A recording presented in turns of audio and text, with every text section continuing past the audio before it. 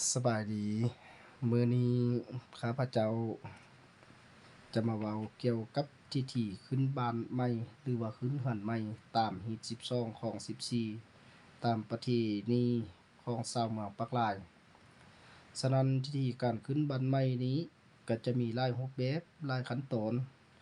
อิงใส่สภาพแวดล้อมอิงใส่สถานที่และอิงใส่แต่ละเขตแต่ละท้องถิ่นแต่ละนักปราชญ์อาจารย์ก็อาจจะบ่คือกัน ในสำหรับที่ข้าพเจ้าได้เคยเรียนรู้ได้เคยปฏิบัติได้เคยเฮ็ดนำครูบาอาจารย์มานี้ก็จะมีขั้นตอนอยู่ดังนี้การขึ้นเรือนใหม่ที่ว่าหลังจากได้หางหากะแก้มได้อ่าหางเครื่องไว้หมดแล้วในตอนเช้าของมื้อที่พวกเขาจะขึ้นจะมีหม้อถาม2คนผู้หนึ่งก็ถือว่าอยู่ทางเทิง ผู้ที่สองก็แม่นได้นำพาขบวนเจ้าภาพก็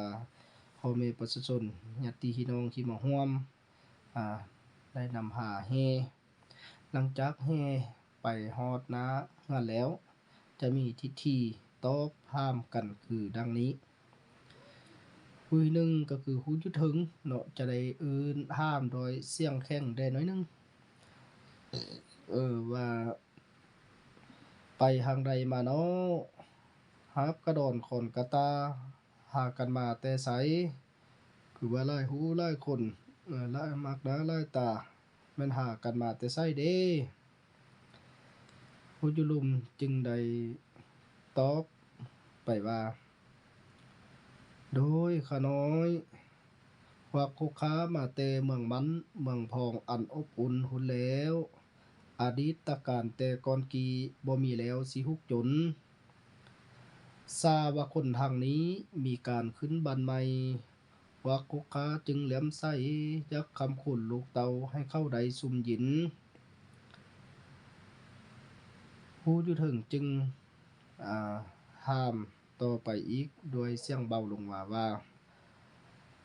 โอ้อ้าวคือมาสร้างว่าแท้คันสิมาขุนค้ำขอโฮดนำพวกเจ้าแดเว้าเสียงแหงอย่าเครียดแค้นขอนำเจ้าคู่สุขนคันว่าสิมาขุนค้ำได้หยังมานำแดผู้อยู่ลุ่มจึงตอบไปว่า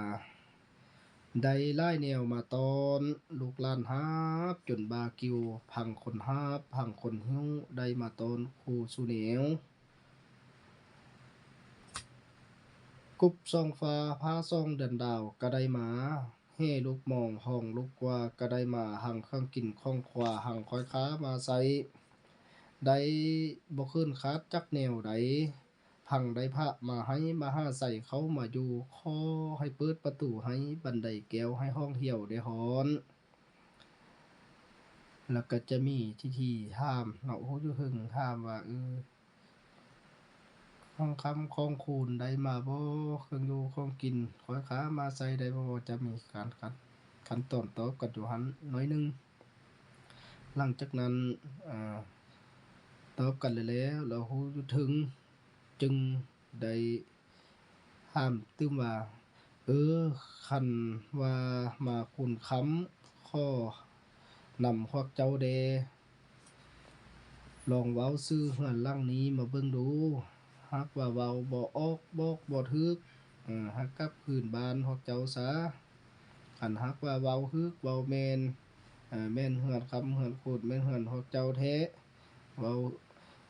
ออกบอกชื่อเสียงบ่าใดแฮนี่ก็จะให้อยู่จะให้มาคำมาคูณโอ้อยู่ลุมก็ได้ตอบไป โอ้ยเว้ามานี้หั้งหมดติแม่นอยากรู้ชื่อเฮาะชื่อเรือนชื่อดินชื่อดอนชื่อบ้านหลังนี้แม่นบ่คันซั้นก็ฟังเด้อข้าพเจ้าจะได้เว้าให้ฟังว่าเรือนหลังนี้ชื่อว่าแนวใดเรือนหลังนี้มีชื่อว่าท้าวบุญมันข้างตรงชื่อว่าท้าวองค์อาจเป็นการ์ดชื่อว่าท้าววันยินฟ้าสิ้นชื่อว่าท้าวจับจือคือชื่อว่าท้าวคำเข็ง เครื่องละแนงชื่อว่าเฮาอุละไมอกไก่ชื่อว่าเฮาบุญโฮมไป ปานล่มชื่อว่าเท้าปกป้องยกขึ้นแล้วก็งามอ่องตองชื่อว่าเท้าบุญมันควันยืนนอนกลางคืนก็ฝันดีมีโชคนอนกลางเว้นบ่มีโรคมาเบียดเบียนนี่ละเพิ่นว่าเฮือนอินห่มตกแต่งแบ่งให้มาเป็นหมูลเฮาได้ขึ้นอยู่แล้วเงินคำใจบ่หมดรถก็เต็มบ้านข้าวเปลือกข้าวสารก็เต็มเล้าเลี้ยงลูกเต้าให้อยู่ซุมกินเย็นเฮือนหลังนี้เคาะก็บ่เห็นเว้นก็บ่มาไกลแต่ใดกับใดมีแต่ดีกับดี บุญหลายจึงได้พอบุญน้อยแม่นบ่เห็นสันใดเฮือนหลังนี้นะแม่นบ่คะน้อยโอ้อยู่ถึงก็ตอบขึ้นมาว่าโอ้แม่นแท้แม่นๆๆเฮือนหลังนี้แม่นความคือเจ้าเว้าเจ้าว่าชื่อเสียงแห่งนามแม่นคือเจ้าเล่ามาหั้นหมดโอ้เฮือนหลังนี้แม่นเฮือนของทานนั้นทานนี้แท้คันซั้นก็ขอเชิญขึ้นมาทางเทิงเพื่อจะมาคำมาคูณมาสังมาซ่ามาหั่งมามีก็ขอเชิญเด้อหลังจากนั้นก่อนที่จะขึ้นก่อนที่จะขึ้นไปสู่เฮาะสู่เฮือนผู้อยู่ทางลุ่มก็ได้นำพาเจ้าภาพเจ้าของเฮือนบูชาคันใดก่อนจะขึ้นอยู่เนาะบูชาคันใดก็จะมีคำเว้าดังนี้หมอถามก็นำพาเจ้าภาพตั้งนะโม3เฮือจบนะโมตัสสะภะคะวะโตอะระหะโตสัมมาสัมพุทธัสสะนะโมตัสสะภะคะวะโตอะระหะโตสัมมาสัมพุทธัสสะนะโมตัสสะภะคะวะโตอะระหะโตสัมมาสัมพุทธัสสะหลังจากนั้นก็ให้เจ้าของบ้านเว้าดำลังหมอถามสาผู้ดือเจ้าฮู้บันไดแก้วค่าข้อทองเที่ยวถึงอย่าได้มีเวรกรรมบาดห้าตีนสูนเจ้ายามเมื่อสายยิ่งขึ้นผู้ให้เอาตีนไทยอย่าได้เป็นบาปหายน้ำเสียนอย่าทางตีนยามเมื่อโจรมันขึ้นหึงหันให้เจ้าไลให้เจ้าห้องเรียกอื่นเจ้าของบ้านให้ตื่นมาได้เด้ออิติปิโสญาตายามดีวันเศร้าใส่ซี่สวัสดีลาโภนะโมพุทธายะสาธุสาธุสาธุแล้วก็นำพาขบวนขึ้นไปสำหรับข้าเจ้าได้เว้าไปเมื่อกี้นี้ว่าญาตา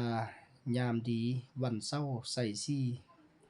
อันนี้มันจะบ่ขึ้นอยู่กับว่าวันเสาร์เนาะมันจะขึ้นอยู่กับวันที่เฮาขึ้นบางมื้อ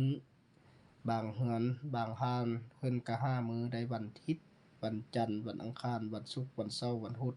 อันนี้ก็เฮาจะเว้าตามนั้นหลังจากขึ้นไปแล้วก็จะไปฮอดห้องนอนแล้วก็จะมีพิธีอ่าตอกซิวตอกตะปูห้อยธง ตอกตะปูห้อยห้องแล้วก็จะมีพิธีไหว้พระเนาะไหว้พระรัตนตรัยไหว้พระรัตนตรัยหลังจากนั้นก็นอนเสี่ยงความฝันก็ถือว่าการขึ้นหันใหม่เนาะก็ถือว่าจะสำเร็จลงอยู่ที่หลังจากเฮาเสี่ยงความฝันแล้วก็ถือว่าสิ้นสุดในการพิธีขึ้นบ้านใหม่